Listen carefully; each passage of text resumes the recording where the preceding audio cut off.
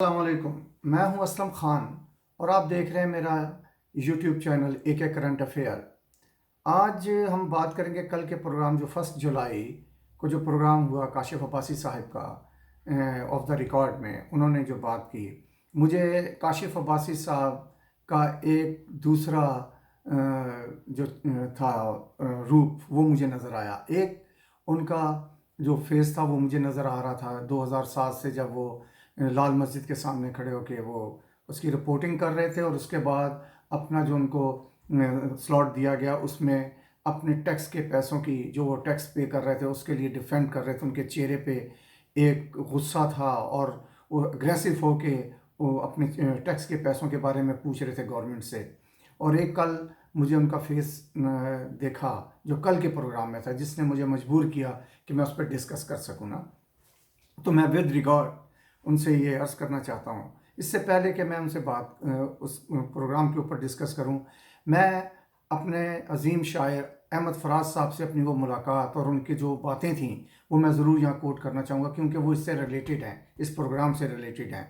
वह ये कि 80s में हम जब सोशलिज़म पढ़ रहे थे तो उस वक्त हमें एक किताब की ज़रूरत थी जो मुझे नहीं मिल रही थी। तो वो किताब मार्केट में नायाब थी, उस पर पाबंदी लगी हुई थी। वो बुक थी, एक रशियन राइटर हैं, उसका नाम क्या, मैक्सिम गोर्की, उनकी थी ना, शोराफाक नावल है जो कि द मदर। तो वो हमें नहीं मिल रही थी, पाकिस्तान में बैन लगा हुआ था, ज़िया-उल हक ने बैन लगाया हुआ था। तो हम उस सिलसिले में ढूंढ रहे थे, तो अहमद फराज साहब से हमारी मुलाकात होती है। तो अहमद फराज साहब कहते हैं कि मैं कोशिश करता हूँ, क्योंकि जब हम किसी पब्लिशर के उसके बुक सेंटर में जाते थे तो वो हमें कहते थे कि हमारे पास नहीं है, क्योंकि वो समझते थे कि शायद ही कोई सिक्योरिटी के आदमी ना, इंटेलिजेंस के ना हो। तो इनको अहमद फराज साहब तो एक बहुत बड़ा नाम था, तो उनको मिल सकती थी। उन्होंने कहा कि कल आके, तो हमसे बाद में उन्होंने फ़ोन किया, उन्होंने कहा कि ठीक है जी हम पहुंचा देंगे। तो अहमद फराज साहब ने कहा कि इस तरह करना कि कल इधर ही आना, तो हम वो अपनी बुक जो है ना वो कलेक्ट कर लेना। तो वो जगह थी पाकिस्तान, रावलपिंडी का सदर बाज़ार, जिसमें जो GTS का अड्डा है उसके सामने एक मरहबा होटल, उसके साथ एक दुकान है ऐनक वाली, ऐनकों की दुकान। वहाँ पर अहमद फराज साहब बैठते थे और वहीं उनसे हमारी मुलाकात होती थी। एनीवे, दूसरे दिन हम वहाँ पहुँचे। मेरे साथ थे अपना CR असलम साहब, मिनाज बरना, और हमारे एक बहुत प्यारे मेरा दोस्त, उसका नाम क्या, जिसका बहुत बड़ा शायर है वो भी, लेकिन वो इतना पॉपुलर नहीं हुआ, लेकिन उसका एक शेर पूरी दुनिया में, पूरे पाकिस्तान में पॉपुलर हुआ। उसका वो खालिक, वो भी मेरे साथ था। उसका नाम, उसका जो शेर है वो मैं पहले आपको सुना दूँ। उसका शेर है कि दीवार क्या गिरी मेरे खस्ता मकान की, लोगों ने मेरे सहन में रस्ते बना लिए। वो था मेरा प्यारा दोस्त सिब्ते अली सबा। तो हमारे साथ थे। हम जब उधर गए तो अहमद फराज साहब ने वो बुक्स जो थी वो मेरे हैंड मुझे दी और मैंने उनका शुक्रिया अदा किया। तो बैठे बातचीत हो रही थी, तो हम तरक्की पसंद लोग और इस किस्म लेफ़्ट और राइट की सियासत पे, पॉलिटिक्स पे बात हो रही थी। तो अहमद फराज साहब के गोल्डन वर्ड्स थे। उन्होंने कहा, देखो, जागीरदाराना निज़ाम और सरमायादाराना निज़ाम में कोई डिफरेंस नहीं है। फ़र्क ये है कि जो जागीरदार होता है वो अपना ग़ुलाम बनाता है इंसान को।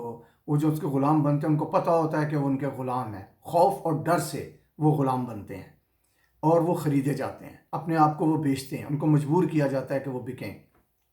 और जो सरमायादाराना निज़ाम है, इसमें सरमायादार जो है वो लोगों को ख़रीदता है, बात वही करता है, लेकिन उसका डिफरेंट होता है। लोग बिक रहे होते हैं और लोगों को पता नहीं चलता कि वो बिक रहे हैं, और लोगों को वो लूट रहा होता है और लोगों को पता नहीं चलता कि वो लूट रहे हैं। और वो अपने लूटने वालों को वो वेलकम करते हैं, उनको वो VIP की तरह ट्रीट करते हैं। तो ये है सरमायादाराना और जागीरदाराना निज़ाम में फ़र्क। तो फ़र्क कोई नहीं है, दोनों एक तरह से, एक खौफ दिला के लूटता है और एक प्यार से लूटता है, लूटते दोनों ही हैं। तो वो बात जब मैंने कल इसमें अपना प्रोग्राम में देखा, उसमें 3 लोग थे जो कि आए थे। उसमें एक थे मलक अहमद ख़ान साहब, मुस्लिम लीग नून से थे। दूसरे थे चौधरी मंजूर साहब और तीसरे थे वलीद इकबाल साहब। तकरीबन 33 मिनट्स के उस जो स्लॉट चला, उसके बाद तो खैर ख्वाजा आसिफ साहब आ गए। तो उस स्लॉट में मैंने ये देखा कि ऐसा लग रहा था कि जैसे मैं एक कोई मज़ाहिया प्रोग्राम टीवी के ऊपर देख रहा हूँ।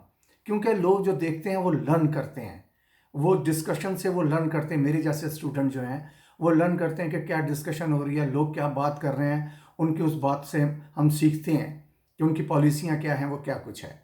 तो कल हमने देख रहा था कि एक जोक बना हुआ था और उसमें मैं ये देख रहा था कि काशिफ अब्बासी साहब, मलक अहमद ख़ान साहब और चौधरी मंजूर साहब मजाक उड़ा रहे थे।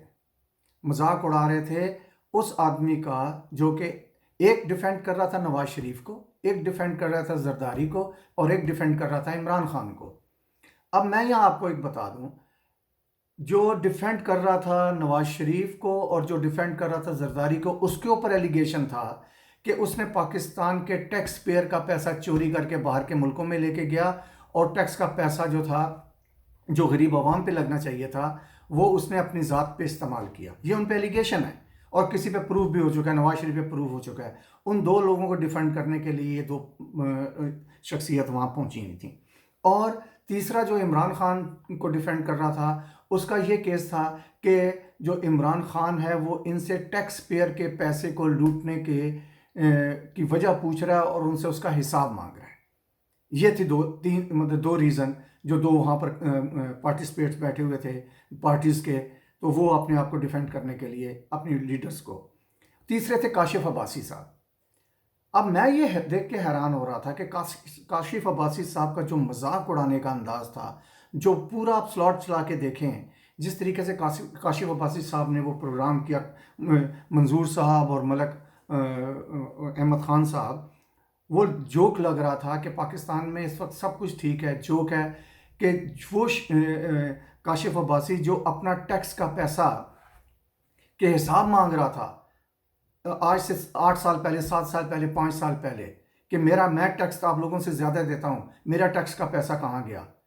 आज वो उस शख्स का, और सिर्फ जो सीरियस थे वो वलीद इकबाल थे जिसका मजाक उड़ाया जा रहा था। इमरान खान -1 और कसूर इमरान खान का, उस पर एलिगेशन ये लग रहा था कि इमरान खान कह रहा है कि मैंने कंप्रोमाइज़ नहीं करना, मैंने इनके साथ हाथ नहीं मिलाना, जो कि ख्वाजा आसिफ साहब ने कहा। उन्होंने कहा कि तुन के रखो। इमरान खान क्या कर रहा था? इमरान खान ये कह रहा था कि जो काशिफ अब्बासी का जो पैसा है, जो काशिफ अब्बासी ने टैक्स दिया है, मैं उसका हिसाब तुमसे मांग रहा हूँ। वो हिसाब मांग रहा था नवाज शरीफ और जरदारी से। और काशिफ अब्बासी साहब अपने टैक्स का पैसा जिन लोगों पे इल्ज़ाम है कि उन्होंने लूटा है, उनके साथ मिल के उस शख्स का मजाक उड़ा रहे थे, उसके लिए जोक कर रहे थे। जो शख्स काशिफ अब्बासी के टैक्स के पैसे की, जिन्होंने चोरी की, जिन पे इल्ज़ाम है कि चोरी की, उनका वो डिफेंड कर रहा है, उनसे हिसाब किताब मांग रहा है।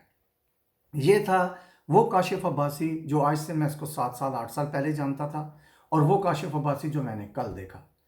अब मैं ये बात करता हूँ कि मैं ये समझ रहा हूँ कि काशिफ अब्बासी साहब, मेरा ख्याल है कि अगर मैं गलत नहीं हूँ तो काशिफ अब्बासी साहब उसी पैसे को अपना पैसा समझ रहे हैं अब, पहले नहीं अब, कि जो उनकी जेब में, जो उनके बैंक में और जो उनके घर के लॉकर में है, वो उनका पैसा है। जो उन्होंने टैक्स दे दिया, अब उस पैसे का वो हिसाब नहीं मांगते कि वो, क्योंकि जो टैक्स का पैसा है वो अब उनका पैसा नहीं है, उस पैसे को वो अपना पैसा नहीं समझते, टैक्स पेयर का पैसा, इसलिए वो उसको डिफेंड नहीं कर रहे। क्योंकि अगर मैं ये कह रहा हूँ, एग्जाम्पल दे रहा हूँ कि अगर काशिफ अब्बासी का ड्राइवर, काशिफ अब्बासी का चौकीदार, काशिफ अब्बासी के घर से या काशिफ अब्बासी के पर्स में से, वॉलेट में से अगर पैसे निकाल के 50,000 या 1 लाख रुपए चोरी करके वो कहीं खर्च कर देता है और उसका कोई सबूत काशिफ अब्बासी के पास नहीं होता कि इसका चोरी का, लेकिन उसको ये पता होता है कि ये जो पैसा खर्च किया ये इसका अहल नहीं था, इसके पास ये नहीं आ सकते थे, ये पैसा मेरा ही है जो इसने खर्च किया है। तो मैं ये कह रहा हूँ कि काशिफ अब्बासी उस शख्स के साथ सारी ज़िंदगी हाथ ना मिलाता। बेशक वो साबित कर सकता या ना कर सकता, काशिफ अब्बासी को ये पता था कि ये पैसा मेरा खर्च हुआ है, ये मेरे बच्चों का पैसा था, जो मैंने बच्चों की फ़ीस देनी थी, मैंने बच्चों के लिए यूनिफॉर्म लेने थे, मैंने बच्चों के लिए फ़ूड लेना था, मैंने अपने घर के बिल देने थे। ये सारा पैसा जो मेरे बच्चों का था, मेरी बीवी का था, जो उन पे मैंने ख़र्च करना था, इस ड्राइवर ने या इस चौकीदार ने चोरी किया है, मैं इसके साथ हाथ नहीं मिलाऊंगा। उससे नफ़रत करता, क्योंकि उसका ज़ाती पैसा था। उसको वो अपना पैसा समझ रहा था। इस तरह इमरान खान ने जब वो स्पीच की कौमी असम्बली में कि जो प्राइम मिनिस्टर होता है, जो हेड ऑफ द स्टेट होता है, वो मुल्क का बाप होता है और वो अपने बच्चों की जो उसकी होती है उनके वो प्रोटेक्ट करता है। उन बच्चों के जो पैसे अगर चोरी करके ले जाए तो उनके साथ वो हाथ नहीं मिलाता। ये है फ़र्क इमरान खान में और काशिफ अब्बासी में।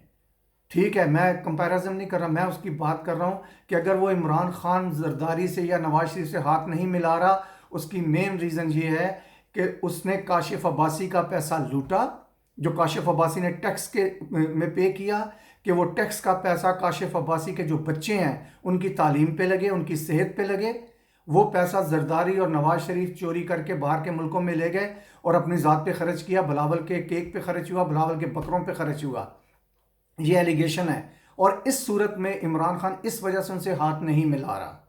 लेकिन मैंने ये देखा कि काशिफ अब्बासी साहब जिस तरीके से बात करे तो अहमद फराज साहब की वो बात मुझे सच साबित हुई कि काशिफ अब्बासी साहब लुट रहे थे और काशिफ अब्बासी को नहीं पता था। काशिफ अब्बासी का पैसा चोरी हो रहा था और काशिफ अब्बासी को नहीं पता था। क्योंकि जो सरमायादार आदमी होता है, जो जागीरदार होता है, जागीरदार के उन्होंने एक बात की थी, बड़ी कोट एंड कोट उनकी मैं बात कर रहा हूँ। उन्होंने कहा कि जागीरदार ये देखता है कि जो मेरा मज़ारा है उसको मैं उतना ही खाना दूं जितने में वो ज़िंदा रहे, उसके घर उतने ही दाने हों जितने का वो गुजारा कर सके। अगर उसके घर मैंने ज़्यादा दाने डाल दिए तो वो सियाना हो जाएगा। अगर मैंने उसका फुल पेट भर दिया तो वो दिमाग से सोचने लगेगा। अगर उसके बच्चे को मैंने सेहत दे दी तो वो सेहतमंद दिमाग से सोचेगा। वो कभी भी जो अपने मज़ारे हैं उनके बच्चों को ना वो तालीम देने देगा, ना उसके घर में पूरे दाने होंगे और ना उसको वो ऐसी रोज़गार देगा कि जिससे वो अपना बच्चों को फ्यूचर को सेव कर सके। इसलिए वो बस इतना ही होगा, हैंड टू माउथ, कि कमाए और खाए। ये है इनकी कामयाबी का राज। अगर कल को अगर इमरान खान नहीं रहता, कल को इमरान खान पाकिस्तान का, लेकिन मैं अब दूसरी वीडियो करूंगा जिसमें मैं ये बताऊंगा कि इमरान खान कहीं नहीं जा रहा और इमरान खान को कोई नहीं निकाल सकता। मैं दलील और दलाइल के साथ बात करूंगा अपनी दूसरी वीडियो में। तो मेरी सिर्फ ये वीडियो काशिफ अब्बासी साहब के साथ थी कि काशिफ अब्बासी साहब कल का प्रोग्राम देख के, मेरे 2-3 फेवरेट हैं जिनको मैं देखता हूँ, कि एक आप हैं काशिफ अब्बासी साहब, एक कामरान खान साहब और एक थे तलत हुसैन साहब जिनको मैं पसंद करता था। गुजर गए काफ़ी अर्सा जब वो नेट उस पे होते थे, क्या नाम है उनका, जो जब उन्होंने छोड़ा था वो टीवी चैनल। तो मेरी उनसे जो लास्ट टाइम बात हुई थी फ़ोन के ऊपर, मोटरवे पे जा रहे थे, तो मैंने उनको खैर तहसीन पेश किया था। तो जब वो चैनल छोड़ के जब वो जियो में आए और उन्होंने अपनी पॉलिसी चेंज की तो छोड़ दिया उनको देखना, कि अब वो इस काबिल नहीं है कि उनको देखा जाए, क्योंकि बॉयस्ड प्रोग्राम होता है। लेकिन आप बैलेंस प्रोग्राम करने की कोशिश करते हैं। तो मैं सर आपसे रिक्वेस्ट करता हूँ कि सर, जिन्होंने आपके बच्चे के मुस्तकबिल का लूट रहे हैं और जिन्होंने आपका टैक्स का पैसा चोरी किया है, प्लीज़ उनको वीआईपी ना बनाएं। बस यही मेरी आपसे रिक्वेस्ट थी। तो मुझे कल बहरहाल ये थोड़ा दुख हुआ जिसकी मैं बात आपसे शेयर कर रहा हूँ। तो उम्मीद है कि मेरी ये बात मैं अपनी बात आपको समझा सकाऊँ या नहीं। तो अगर कोई बात बुरी लगी है तो आई एम सॉरी। तो लेकिन मैंने अपने दिल की बात आपके सामने रख दी। ओके, अल्लाह हाफिज़।